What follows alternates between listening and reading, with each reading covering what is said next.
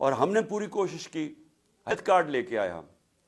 Health card کا مطلب یہ تھا کہ سارے پاکستان کے خاندانوں کے پاس ہیلتھ انشورنس ہو 10 لاکھ روپے کی، کہ کسی بھی ہسپتال میں جا کے اپنا علاج کروا سکے۔ یہ اس لیے ضروری تھا کیونکہ ساری ریسرچ بتاتی ہے کہ جب بھی ایک خاندان جو غربت کی لکیر سے اوپر بھی ہے، اس کے اوپر اگر ایک بیماری آتی ہے تو وہ بیماری اور بڑی بیماری، تو اس کے لیے وہ قرضے لے لے کے وہ غربت کی لکیر کے نیچے چلے جاتے ہیں۔ یہ غربت کا ایک بہت بڑا وجہ ہے کہ ایک خاندان میں بیماری آ جاتی ہے۔ تو ہیلتھ کارڈ یہ پروٹیکشن تھی لوگوں کی۔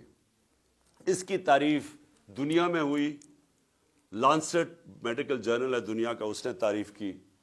انہوں نے کہا کہ ہمارے سے امیر ترین ملکوں کے پاس بھی اس طرح کا یونیورسل ہیلتھ کوریج نہیں ہے جو پاکستان میں ہے، اور افسوس سے کہنا پڑتا ہے کہ یہ گورنمنٹ نے وہ رول بیک کر دیا۔ اور وہ ایک ایسی چیز تھی کہ صرف یہی نہیں کہ پروٹیکشن تھی ہمارے 50% آبادی سفید پوش کے لیے بھی، کہ وہ کسی بھی یعنی پرائیویٹ ہاسپٹل میں غریب لوگ جا کے اپنے ہارٹ کے اندر سٹینٹ ڈلوا سکتے تھے۔ پرائیویٹ ہاسپٹلز میں پہلی دفعہ پاکستان کا غریب آدمی جا کے اپنا علاج ہیلتھ کارڈ کی وجہ سے کروا رہا تھا۔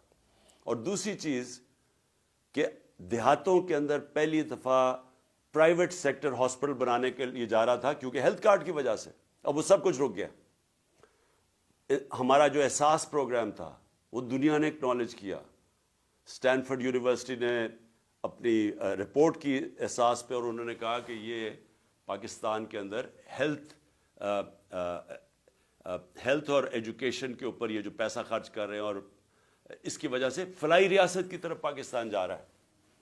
تو جو بھی ملکوں کے اندر ظلم ہوتا ہے، جو قدر نہیں کرتے اپنے کمزور طبقے کے، جدھر غریب اور امیر میں فاصلے بڑھتے جاتے ہیں، جدھر غریب کی بنیادی ضروریات پوری نہیں کرتا ایک معاشرہ، میری یہ ایمان ہے کہ ان کے اوپر اللہ کی برکت نہیں آتی۔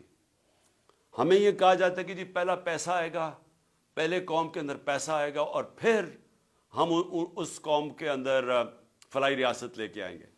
میں یہ سمجھتا ہوں کہ یہ بالکل غلط ہے۔ پہلے آپ فلاحی ریاست لیتے ہیں، عدل اور انصاف قائم کرتے ہیں، پھر قوم میں خوشحالی آتی ہے، جو کہ مدینہ ریاست میں ہوا تھا۔ شروع میں تو بڑے مشکل حالات تھے مسلمانوں کے، لیکن انہوں نے آتے ساتھ ہی فلاحی ریاست اور انہوں نے عدل اور انصاف قائم کیا، اس کے بعد خوشحالی آئی۔ اور یہی ماڈل پاکستان کو فالو کرنا ہے، کیونکہ اب تک ہم انتظار ہی کرتے رہتے ہیں کہ جی پہلے پیسے آئیں گے اور پھر فلاحی ریاست بنے گی، جو نہ پیسے آتے ہیں اور نہ فلاحی ریاست بنی ابھی تک۔ لیکن اس سے بھی پہلے عدل اور انصاف سب سے امپورٹنٹ ہے، جس کے لیے یہ جو میری ساری حقیقی آزادی کی تحریک ہے، اس کی بنیاد ہی یہ ہے کہ پاکستان میں ہمیں سب کو مل کے ایک انصاف کے نظام، رول آف لاء کے لیے لڑنا چاہیے، کہ جب تک سب طاقتور طبقے قانون کے نیچے نہیں آتے، جب تک قانون طاقتور کو انصاف کے کٹہرے میں نہیں کھڑا کرتا، طاقتور مجرموں کو جب تک ان کو این آر او دیتا جائے گا، پاکستان چھوڑیں کسی بھی دنیا کے ملک کا کوئی مستقبل نہیں ہے جدھر طاقتور کے لیے ایک قانون اور کمزور کے لیے دوسرا۔ میں پھر سے آپ سب کا شکر گزار کرتا ہوں، ابرار آپ کا بھی اور بابر